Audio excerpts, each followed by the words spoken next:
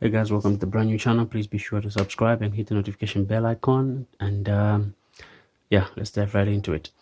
Today we're going to be going over the comparison between the PlayStation 5 and the Xbox Series X. So on paper, the Series X looks like a total beast, I won't lie. But the PlayStation 5 is really pushing itself really hard. I mean, it's like everything on this console is pushed to the maximum. I'm a big time Sony guy, but I do play on Xbox. I don't mind. I'm sure I'll get both when they release.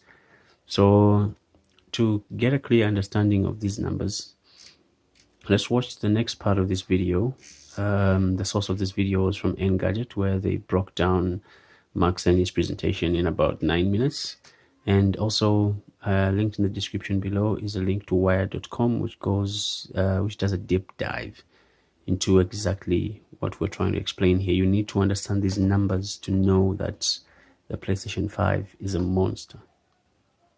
Today, I want to talk a bit about our goals for the PlayStation 5 hardware and how they influenced the development of the console.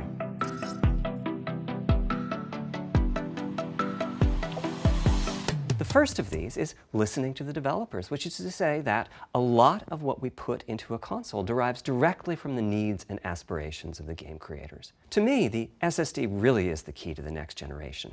It's a game changer. And it was the #1 ask from developers for PlayStation 5. As in, we know it's probably impossible, but can you put an SSD in it? What if we could have not just an SSD, but a blindingly fast SSD? If we could load 5 gigabytes a second from it, what would change? As for time to load a gigabyte, this is next gen we're talking about, so memory is bigger. Instead, we should be asking how long to load 2 gigabytes. And the answer is about 1/4 of a second. I mean, that's amazing. We're talking 2 orders of magnitude, meaning very roughly 100 times faster. The primary reason for an ultra-fast SSD is that it gives the game designer freedom. So when I talked about the dream of an SSD, part of the reason for that 5 gigabyte a second target was to eliminate loads, but also part of the reason for that target was streaming. As in, what if the SSD is so fast that as the player is turning around, it's possible to load textures for everything behind the player in that split second? Anyway, back to the hard drive. Another strategy for increasing effective read speed is to make big sequential chunks of data. For example, we might group all the data together for each city block. That removes most of the seeks, and the streaming gets faster. But there's a downside too, which is that frequently used data is included in many chunks and therefore is on the hard drive many times. And finally, I'm sure many of you have noticed that after a patch download, a PlayStation 4 will sometimes take a long time to install the patch. With an SSD, though, no seeks, so no need to make brand new files with the changes incorporated into them, which means no installs as you know them today. There's yet one more benefit, which is that system memory can be used much more efficiently. On PlayStation 4, game data on the hard drive feels very distant and difficult to use. On PlayStation 5, though, the SSD is very close to being like more RAM.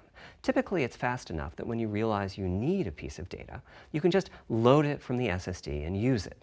A different way of saying that is that most of RAM is working on the game's behalf. For PlayStation 5, our goal was not just that the SSD itself be 100 times faster. It was that game loads and streaming would be 100 times faster. So every single potential bottleneck needed to be addressed. At the SSD speeds we're talking about, that last part, moving the data, meaning copying it from one location to another, takes roughly an entire next-gen CPU core. And that's just the tip of the iceberg. If all the overheads get 100 times larger, that will cripple the frame rate as soon as the player moves, and that massive stream of data starts coming off the SSD. So to solve all of that, we built a lot of custom hardware, namely a custom flash controller and a number of custom units in our main chip. We were able to establish that the friction caused by reinstalls or redownloads would be quite low, and so we locked in on that 825 gigabyte size, while also preparing multiple strategies so that those who want more storage can add it.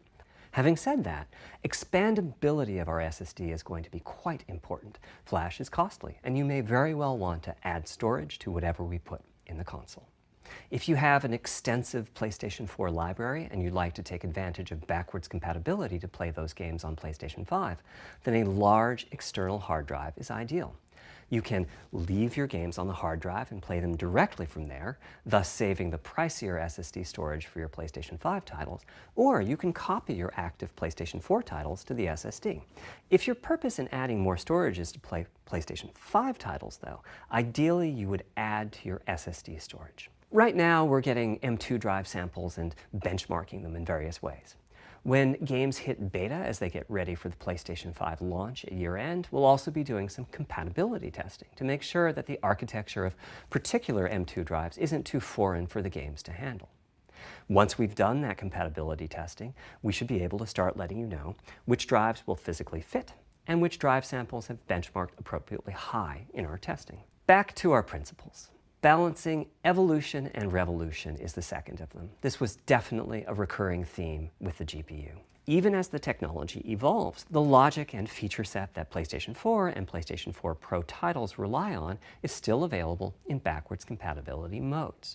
Results are excellent, though. We recently took a look at the top 100 PlayStation 4 titles as ranked by playtime, and we're expecting almost all of them to be playable at launch on PlayStation 5.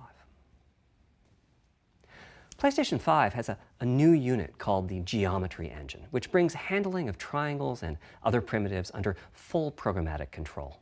As a game developer, you're free to ignore its existence and use the PlayStation 5 GPU as if it were no more capable than the PS4 GPU, or you can use this new intelligence in various ways.